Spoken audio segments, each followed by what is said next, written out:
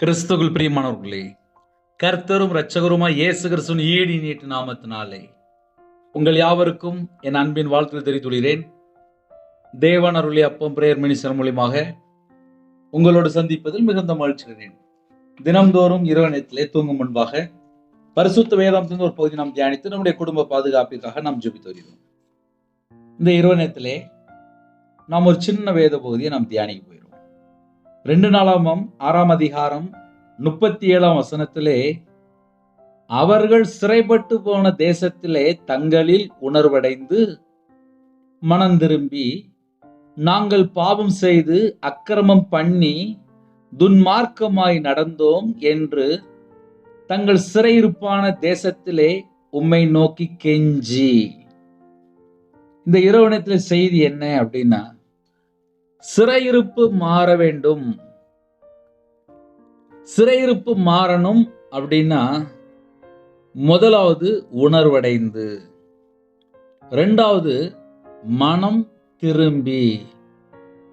என் இருதயத்துக்குள்ளே கேடான காரியம் எதெல்லாம் இருக்கோ அது தப்பு, இப்படிப்பட்ட காரியங்கள் என்னுடைய வாழ்க்கையில் இருக்கக்கூடாது என்று உணர்வடைந்து மனம் திரும்பி, நான் கர்த்தருக்கு விரோதமா பாவம் பண்ணிட்டேன், நாங்கள் பாவம் செய்து அக்கிரமம் பண்ணி, நான் கர்த்தருக்கு பிரியமில்லாம வாழ்ந்துட்டேன், நான் பாவம் செஞ்சிட்டேன், நான் அக்கிரமம் பண்ணிட்டேன், நான் துன்மார்க்கனா நடந்துட்டேன் என்று தங்கள் சிறையிருப்பான தேசத்திலே கர்த்தரை நோக்கி கெஞ்சி. அப்போ இரவு நேரம் தூங்கும் முன்பாக ஒரு குடும்பம் உணர்வடைந்து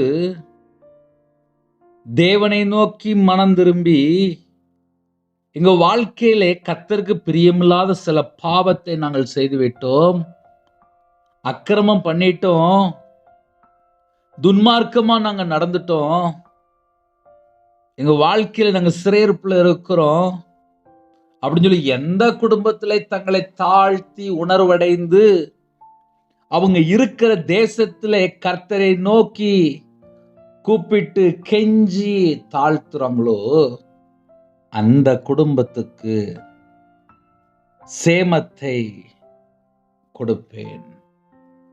அப்ப ஒரு குடும்பம் சிறையிருப்புல இருந்து வெளியில வந்தா மட்டும்தான் ஆசீர்வாதம். ஐயா, நான் எந்த சிறையிருப்புல இருக்கேன் எனக்கு தெரியல அப்படிம்பாங்க. நான் வேணா சிம்பிளா சொல்றேன், 24 மணி நேரம் இருக்கு.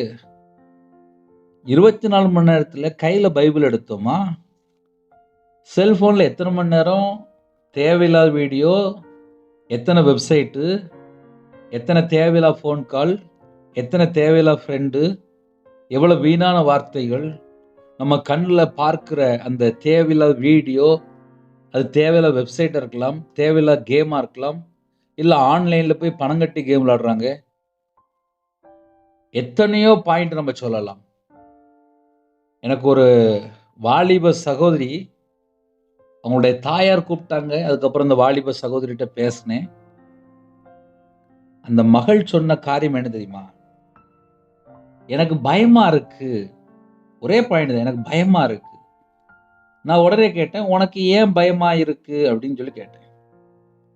அந்த வாலிப மகள் சொன்னா, நேத்து ஃபுல்லா நான் தூங்கலை, காலையிலையும் தூங்கலை, மத்தியானமும் தூங்கலை, சாயங்காலமும் தூங்கலை, ராத்திரியும் தூங்கலை, அதிகாலையிலும் தூங்கலை. 24 மணி நேரம் எனக்கு தூக்கமே வரல.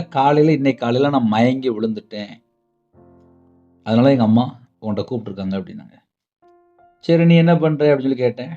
நான் இந்த மாதிரி காலேஜ் லீவுக்கு வீட்டுக்கு வந்திருக்கேன். வீட்டில் அம்மா அப்பா வேலைக்கு போயிடுவாங்க, தங்கச்சியும் காலேஜுக்கு போயிடுவான். நான் வீட்டில் இருந்தேன், செல்ஃபோன் பார்த்துட்டு இருந்தேன். காலையிலையும் செல்ஃபோன் பார்த்தேன், மத்தியானமும் செல்ஃபோன் பார்த்தேன், சாயங்காலமும் செல்ஃபோன் பார்த்தேன். அதுக்கப்புறம் அம்மா அப்பா வந்துட்டாங்க. அப்புறம் வீட்டில் நைட் நேரத்தில் மறுபடியும் தூக்கம் வரலன்னு சொல்லிட்டு செல்ஃபோன் பார்த்தேன். நைட்டு ஃபுல்லாக நான் செல்ஃபோன் தான் பார்த்துட்டு இருந்தேன். நான் உடனே அடுத்தாப்புல கேள்வி கேட்டேன், நீ கிறிஸ்டியன் தானா? ஆமாம். சர்ச்சுக்கு போவியா? ஆமாம். வீட்டில் பைபிள் இருக்கா? இருக்கு. ஜெபம் பண்ணுவியா? ஜெபம் பண்ணுற பிள்ளை தான். ஆனால் இன்னைக்கு தேதியில் 24 மணி நேரத்தில் நீ செல்ஃபோனில் மூழ்கி போய் இருந்தியே, கையில் பைபிள் எடுத்து வாசித்தியா? வாசிக்கல அப்படின்னா 24 மணி நேரமும் செல்போன்ல ஒரு வாலிப மகள், நான் பையனே சொல்லலப்பா, ஒரு வாலிப மகள் 24 மணி நேரம் செல்போன் பார்த்து மயங்கி விழுந்துட்டா. அவங்க அம்மா பக்கத்துல இருந்து கேட்டுட்டு இருக்கிறாங்க. உடனே நீ எந்த வெப்சைட்டுக்குள்ள போனேன்னு சொல்லி கேட்டேன். அது ஒரு வெப்சைட் பேர் சொன்னேன். அது ஆன்லைன்ல இருக்குன்னு நம்ம சொல்ல முடியாது. உடனே அந்த வெப்சைட்டை உடனே எனக்கு அது வேண்டாம் அப்படின்னு சொல்லி அந்த வெப்சைட்டை உடனே அழிச்சா. அதுக்கப்புறம் இந்த வாலிப மகளுக்கு ஜெபம் பண்ணி சில ஆலோசனை கொடுத்தேன். ஐயா, அந்த வாலிப மகள் நல்ல மகள் தான். அம்மா அப்பாவுக்கு கீழ்ப்படிஞ்சு வீட்டில் தான் இருக்கிறா. ஆனா அவ கையில இருக்கிற செல்போன் ஒரு இன்டர்நெட்டுக்குள்ள போய் 24 மணி நேரம் அடிமையா இருந்திருக்கா. இப்போ இன்னைக்கு செய்திக்கு வருவோம். எத்தனை குடும்பத்திலே செல்போனுங்கிற தேவையில்லாத ஒரு காரியத்துல போய் எத்தனை குடும்பம் அழிஞ்சிட்டு இருக்கு, அதாவது கெட்டு போயிட்டு இருக்கு, சீரழிஞ்சிட்டு இருக்கு அப்படிம்பாங்க. அப்படின்னா என்ன அர்த்தம் அப்படின்னா, கணவன் மனைவிக்குள்ள ஐக்கியம் இல்லை, தேவனோடு தொடர்பு இல்லை, தேவையில்லா ஃப்ரெண்டோடு பேசுகிறாங்க, தேவையில்லா வெப்சைட்டுக்குள்ள போய் ஆன்லைனில் போய் தேவையில்லாமல் பழக்க வழக்கம். எத்தனை வெப்சைட் இருக்கு, அது இவங்களோட வாழ்க்கையை அழிச்சிட்டு இருக்கு. அப்போ சிறையிருப்பு அப்படின்னாலே ஜனங்கள் தேவனை மறந்து வேற எங்கேயோ போய் இருளான பகுதியில் போய் பாவத்தில் வாழ்ந்துட்டு இருப்பாங்க. இப்போ இந்த இரவு நேரத்தில் யாரெல்லாம் இந்த செய்தி கேட்குறீங்களோ, உங்க இருதயம் தேவனோடு இருக்கா? உங்க சிந்தனை கிறிஸ்துவுக்குள் இருக்கா? உங்க கண் தேவனுக்கு பிரியமான காரியங்களை பார்க்கா? உங்க கையில நீங்க பைபிள் கையில் எடுத்து எத்தனை நாள் ஆச்சு? முழங்கால் முடக்கி ஜெபம் பண்ணி எத்தனை நாள் ஆச்சு? நீங்க தேவனுக்கு பிரியமானபடி வாழ்ந்து எத்தனை வருஷம் ஆச்சு? உங்க இருதயம் கர்த்தரை விட்டு தள்ளி போய் எத்தனை மாசம் ஆச்சு? ஒருவேளை நான் கேட்குற ஒவ்வொரு வார்த்தையுமே அண்ணா என்னைய கேட்ட மாதிரியே இருக்கு அப்படின்னா, ஒருவேளை நீங்க ஏதாவது சிறையிருப்புக்குள்ள இருக்கிறீங்களா? ஒரு குடும்பம் விபச்சாரத்துக்குள்ள போயிருது, ஒரு குடும்பம் கஞ்சா பழக்கத்துல இருக்கு, ஒரு குடும்பம் போதையில இருக்கிறாங்க, ஒரு குடும்பம் ஊசி போடுறாங்களாம், போதை ஊசி, அப்படி போய் சிக்கி கொள்றாங்க, ஒரு குடும்பம் ஓரினை சேர்க்கை, ஒரு குடும்பம் தவறான தொடர்பு, ஒரு குடும்பம் தவறான ஃப்ரெண்ட்ஷிப்பு. எத்தனை பாவம் இருக்கு, இன்னும் பண ஆசை இருக்கு. எத்தனையோ குடும்பத்துல இந்த பண ஆசையினாலே எத்தனை தேவையில்லாத தன் சொந்தத்தில் பொய், பிசாசு தான் பொய் பேசுவான். இன்னைக்கு எத்தனை குடும்பத்துல பொய். அதனால அவர்கள் சிறைப்பட்டு போன தேசத்தில் தங்களில் உணர்வடைந்து அப்படின்னா, சிலவங்க யோசித்து பார்ப்பாங்க, நான்லாம் இதுக்கு முன்னாடி அப்படி இல்லைப்பா, இப்போம்லாம் நான் ரொம்ப மோசமாக மாறிட்டேன், இப்போம்லாம் என்கிட்ட உண்மையே இல்லை, பேச்சுலேயும் உண்மை இல்லை, வாழ்க்கையிலையும் உண்மை இல்லை, ஏதோ கடமைக்கு நான் ஞாயிற்றுக்கிழமை சர்ச்சுக்கு போகிறேன், என்னமோ நான் வாழ்கிறேன், நான் கையில் பைபிள் எடுத்து வாசலில் ரொம்ப நாள் ஆச்சு, எனக்கு நிம்மதியே இல்லை, நானே சரியில்லை அப்படின்னு சொல்லி புலம்பிட்டு இருப்பாங்க. அதெல்லாம் என்ன அர்த்தம் அப்படின்னா, சிறையிருப்பு. சிறையிருப்பில் இருந்துட்டு நைட்டு படுத்த நிம்மதியாக தூக்கம்லாம் வராது. அப்புறம் விபச்சார ஆவி, அப்புறம் கெட்ட சொப்பனம், அப்புறம் தேவையில்லை எண்ணங்கள், அப்புறம் தற்கொலை எண்ணங்கள், மரண பயம், இதெல்லாம் ஏன் உள்ளே என்ட்ரு ஆகுது அப்படின்னா, சிறையிருப்பில் வாழ்ந்துட்டு இருப்பாங்க.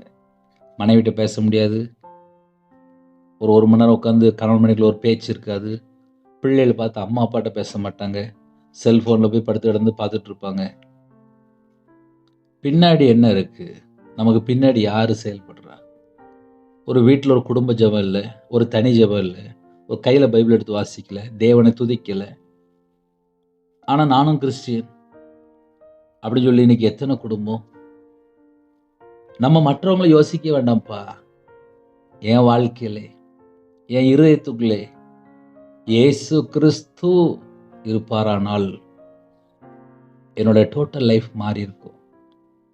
நான்லாம் கையில் பைபிள் எடுத்து வாசிக்கும் போது கண்ணீர் வடித்து அழுது, நான் பாவி, நான் உங்களை விட்டு தள்ளி போயிட்டேன் அப்படின்னு சொல்லி நான் உணர்வடைந்தேன். ரவிராஜ் அப்படின்னா எனக்கு ரொம்பலாம் பைபிள் வாசிக்க தெரியாது, ஆனால் கையில் பைபிள் எடுத்து வாசிக்கும்போது நான் உங்களை விட்டு தள்ளி போன துன்மார்க்கன். நான் விக்கிரத்துக்கெல்லாம் பணம் கொடுத்துருக்கேன். நான் மாந்திரியத்துக்கெல்லாம் பணம் கொடுத்துருக்கேன். சொந்த காசுலே சூனியம்பாங்க. நியூமராலஜி பார்த்துருக்கேன், நேரம் பார்த்துருக்கேன், ஜாதகம் பார்த்துருக்கேன்.